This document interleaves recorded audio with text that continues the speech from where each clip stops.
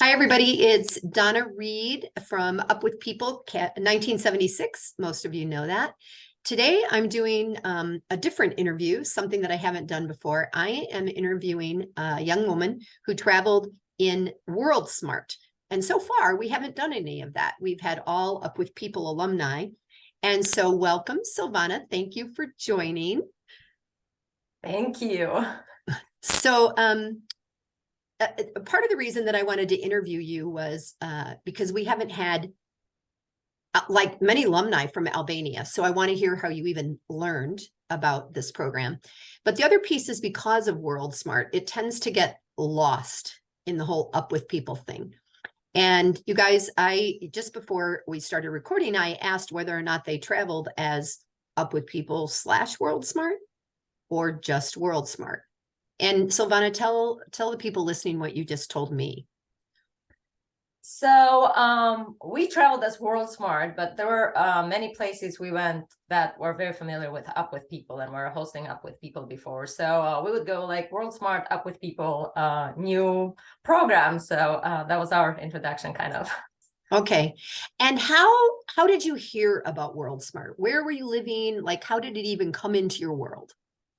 Oh, that's funny. I was living in Albania, and I was 28 at the time, and I was working full time, and I was just like having this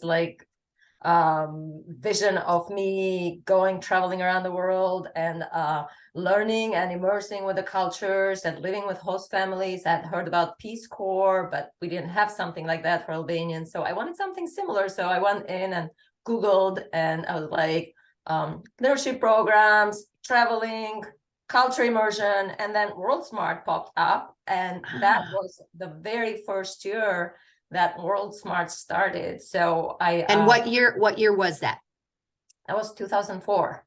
2004. Okay. And I think the Up With People had stopped at some point. And I think so too. And they started with a new vision and a new tryout program, which was the WorldSmart program. Okay. So that's, it's funny just to hear you say you Googled it today in my morning meeting. They talked about how there's like 20 million or billion like Google searches every day. And you're enough of a generation where that was already something that you were doing where it didn't exist when I was a kid, right? We were hearing about things that way. So tell me, because truly I don't know. You would think I would, after being on the board of governors and after doing all this, that I would understand a little bit more about WorldSmart. But tell everybody kind of like what you paid and how it evolved, what you did that was maybe different than what we did when we came in, did a show, and things like that.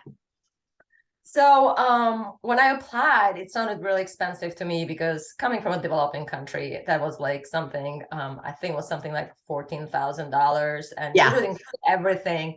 But like coming from Albania, where like average salary per month was like $300. I was like, ooh, and I had some savings. I was like, I can do some. And then I was offered a scholarship and then some kind of loan. And so I managed to do that, and I was considered a adult at the time, 28. So yeah. I was savings, and my parents were not paying, and they were not making my decisions. They were just like, "Okay, I'm traveling. See ya." So all that now, like, didn't have any input on my decisions there, but so I had never heard of Up With People, and I did not hear of Up With People till I showed up in Denver. And a lot of kids in my cast were coming from families. They grew up with Up With People. They went to reunions, and this was a whole different program, what I heard from them. And we didn't do a lot of shows. We did put together a little I don't remember what we called it, but it was like a host family thank you show kind of at the end of the week for each town we went to. And there were no rehearsals in place. It was like one day where like whoever had talents was just rehearsing for a little bit and put it together. It was just kind of like a thank you. We were here. Here's a show for you. And there were like no paying for tickets or anything. It was just host families and friends invited. Okay, so then Did students come that had guitars or some musical ability and they just decided to bring them along with them, or? No one brought any instruments. This was advertised more as a WorldSmart leadership program where you are traveling with an instructor from Denver University. You are receiving credits from the university. You are doing a lot of community work. You are doing internships, and you are staying with host families, and you are traveling, and you are having your personal day. And I mean, even the show was not part of the advertisement. It was just like part of the program. Okay. And so how many, when I traveled, we did like 80 cities. And then when my son traveled in 2013, it was like one a week, right? So way fewer, but much longer in town. So how was yours in the midst of that? How long did you spend in town? We traveled for 19 weeks. We spent 1 week in each town. So we were in 19 different towns, 6 different countries, and it was 84 of us, and we're like 27 different countries represented in that group. That's awesome. I mean, that really is.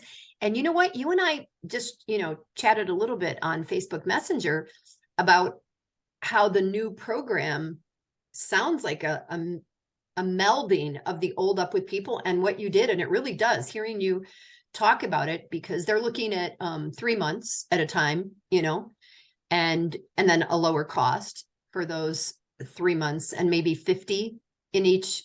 I don't know if they're going to call them cast. You guys called yourself cruise, right? Yes.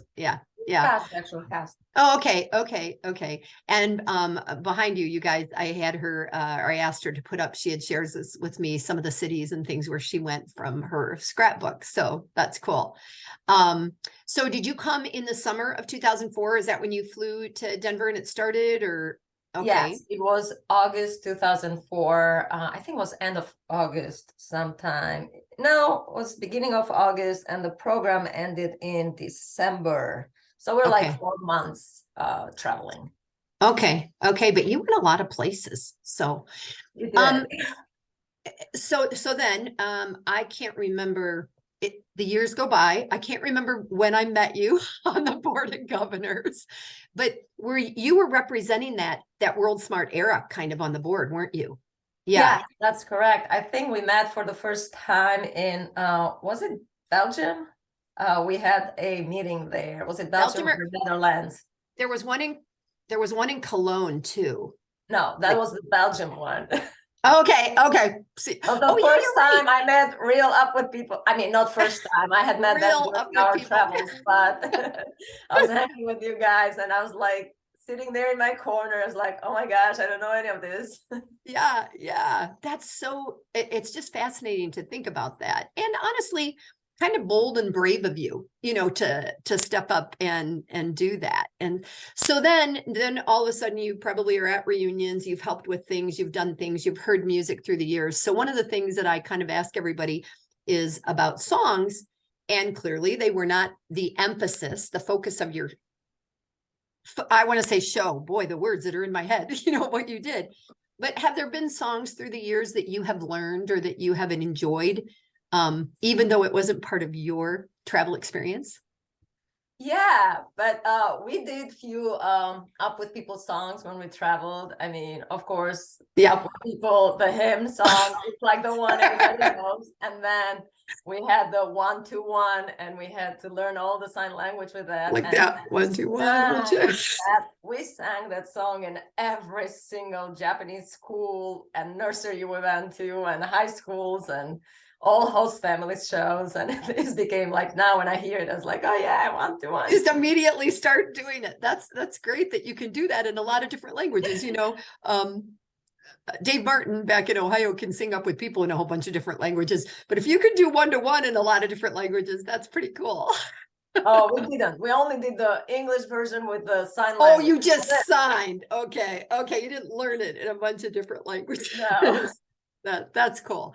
But it sounds like it was a little more impromptu, and because they weren't selling tickets and things like that. And again, it feels like, from what I have heard from talking to people involved in the future of Voices Up with People, that there will be music and that they're going to take 4, 5, 6, I don't know how many songs from through the years, but make them a little more updated and modern so that it's not the same way it was. And honestly, that happened with Roads through the years. There would be different endings to it, you know, or wherever people went.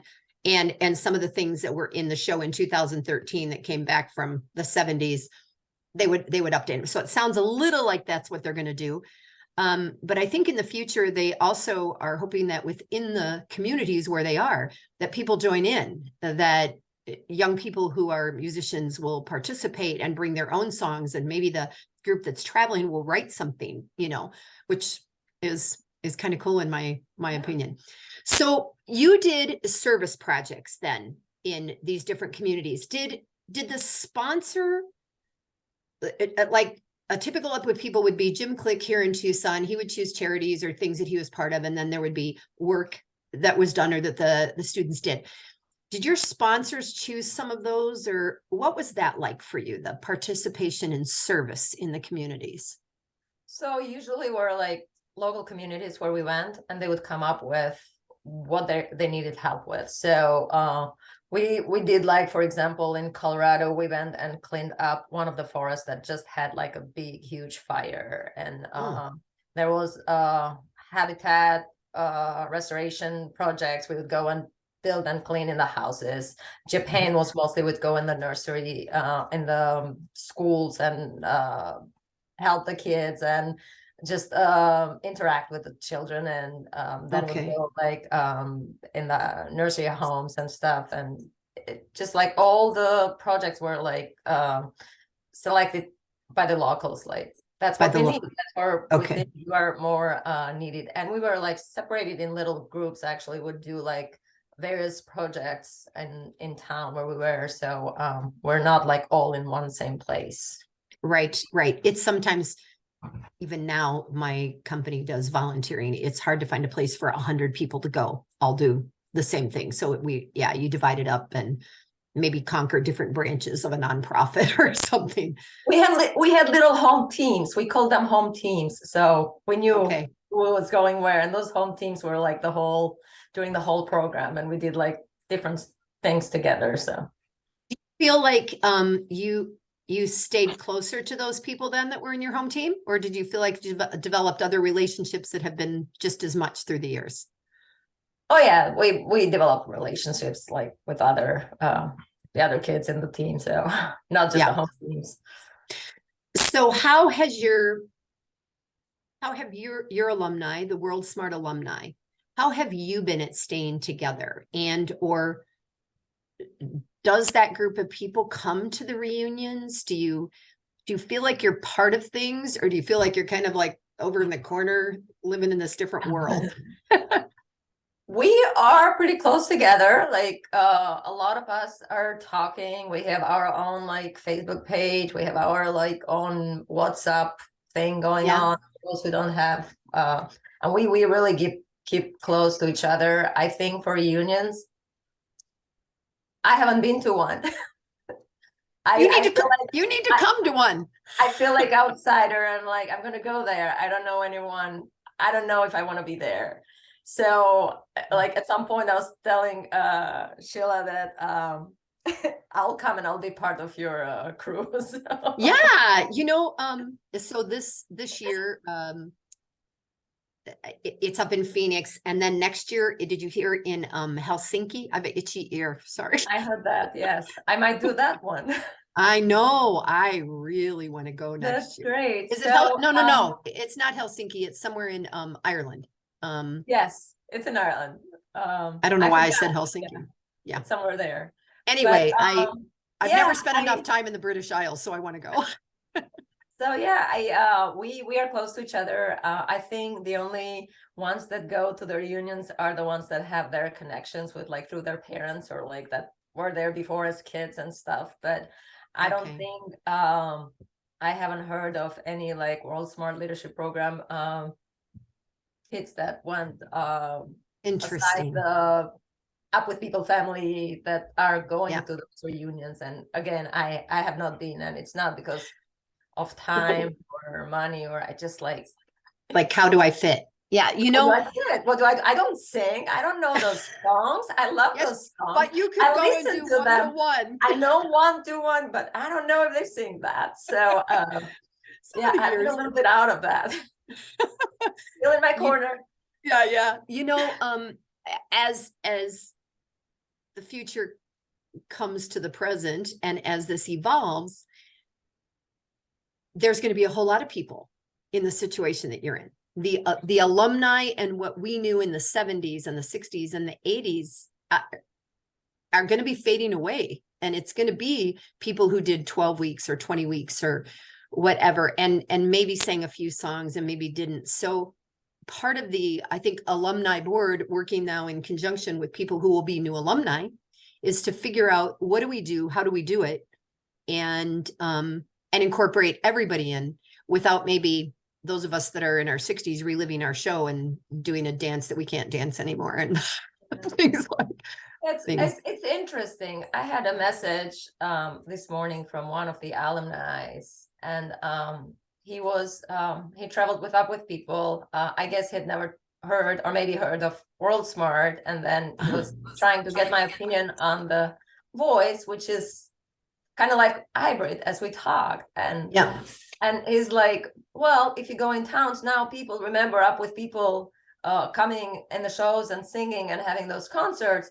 Do they remember community service? Do they remember what you did in that town? And I didn't respond to that yet, but like, to my thinking is that those kids in schools or nursery homes, those people, they do remember us going there and interacting with them and bringing like 26 different countries in their little teeny tiny school.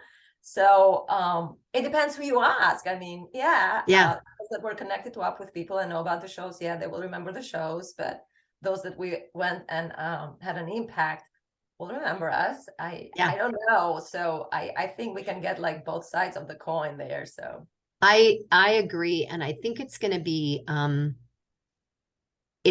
interesting, because one of the, I keep hearing the terms, change makers, and the whole idea that they hope to have people stay within the communities. So let's say you go to, we're going to just say, a suburb of Washington, D.C., since that's where you're joining me from. Let's just say that they come there, and this group of 50 work and do their impact work.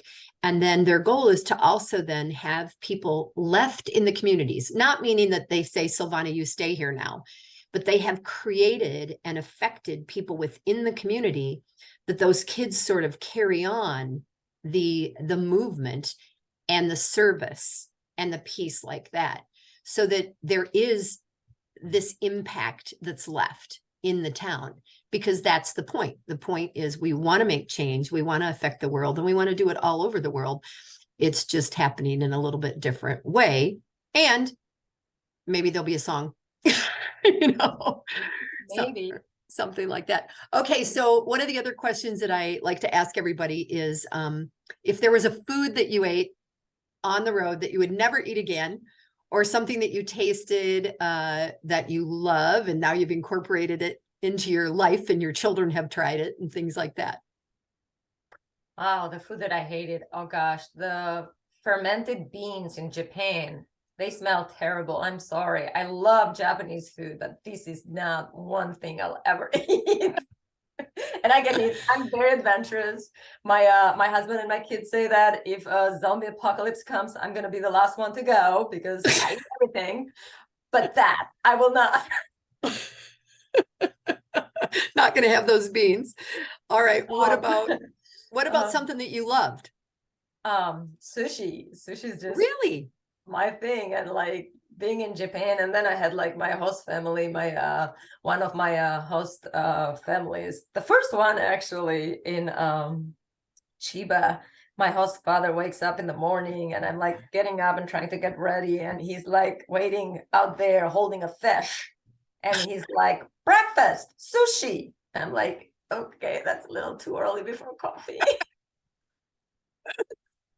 That's funny, but it's good that you learned to like sushi. For me, sushi is still mostly rice, seaweed, and avocado, like the California, maybe a little tuna, maybe a little No, crab. I'm a yeah, wimp. we are very adventurous with sushi, but like I loved it, the freshness, and then just they That's would do great. all these big pots and like whole family eating, and it was Yeah, cool. yeah.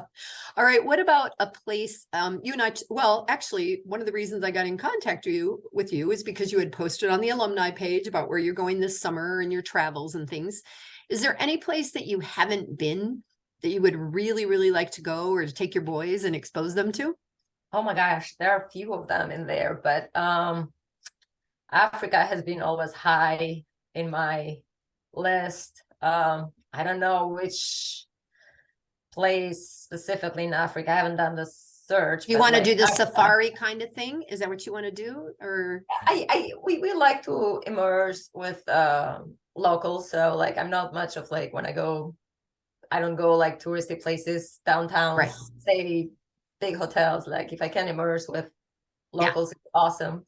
Okay. But yeah, Africa, Galapagos, another one. Oh, And, okay. Peru.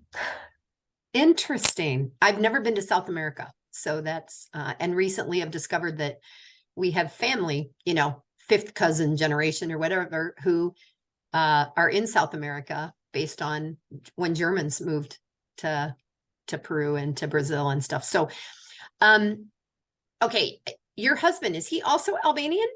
Yeah, he's a No? US American. Okay. You have an unusual last name. So I wasn't, I wasn't sure. And you have two boys, and how old are they? He's second generation Ukrainian. So Okay. yes, and I have two boys, almost 14 and 12. Okay. Okay. They are dual citizenship, and they speak and understand Albanian as well. I was going to ask if they did. That's great. Is that just because you spoke to them at home or because you've gone back and forth to Albania? That's because my parents don't speak any English, and I try to keep them kind of like be able to talk to their grandparents. Yeah, yeah. So What we took you to spend sometimes in Albania by themselves with my parents, and so they kind of That's immerse me awesome. there. Forces you to learn. What took you to the Washington, D.C. area? I came and I was taking some classes which were not offered in Albania and at George Mason University. Okay. And it was kind of a semester. And then I met my husband. And as I was planning to go back to Albania after I was being done, we found out I was pregnant. So here we are. 15 years later. Guess I'll stay here. 15 years later, two kids, few animals, few houses. That's awesome. That's awesome.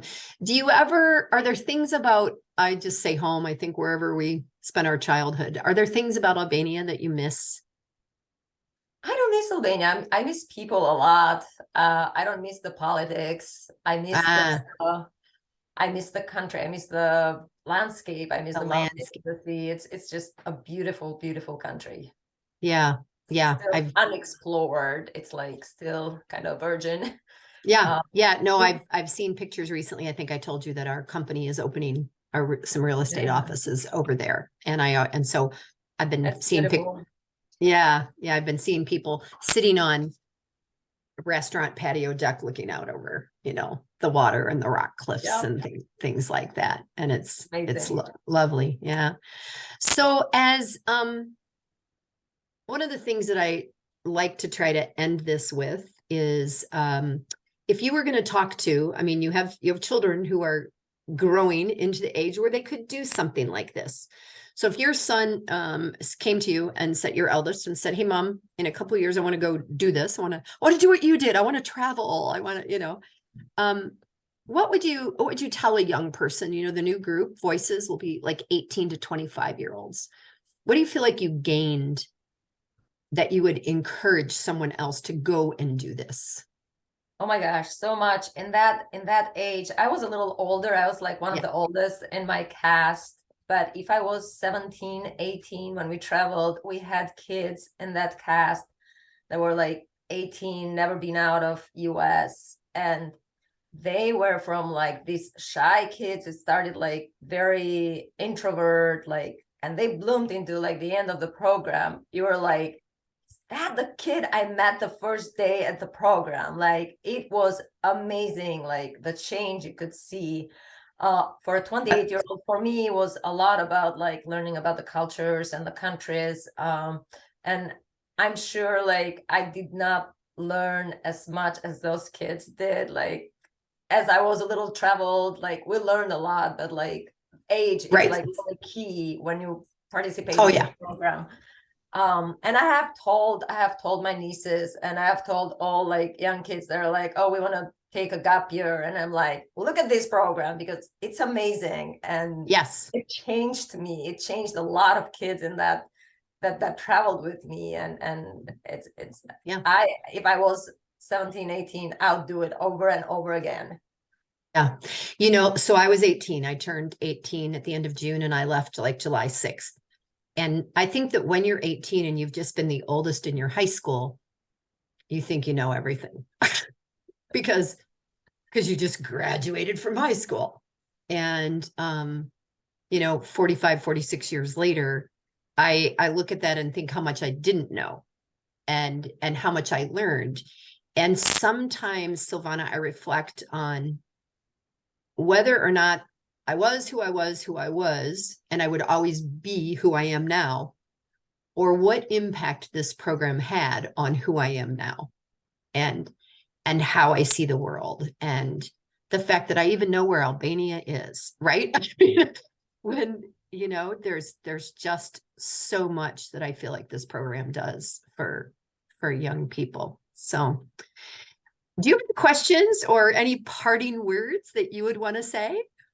No, I mean, it's just like it's thank you for giving me this opportunity, like to tell the others about the WorldSmart leadership program. And I'm hey, so excited. Yeah. anyone is welcome to like message me or whatever. Like I'm here Yeah. and I will answer the questions. But No, I thank think you. that's wonderful. And I really want, you know, the new CEO, and I hope that people listen to this because we don't know what we don't know. Right. And as I mentioned, even serving on the board with you, even sitting there and doing some things, I'm unaware. And it's amazing how much I feel like this is going to be like the future program and things like that. So thank you. I love all these interviews, Donna. I'm so glad you're doing those, and I have been listening to them, and it's just amazing. And I've learned a lot. Like you know what you know, right? But like, Oh yeah. Oh, for me, like, oh. even the people that I think I knew, I'm like, I didn't know that about you, and I thought you know, you kind of think you know everything, Yeah.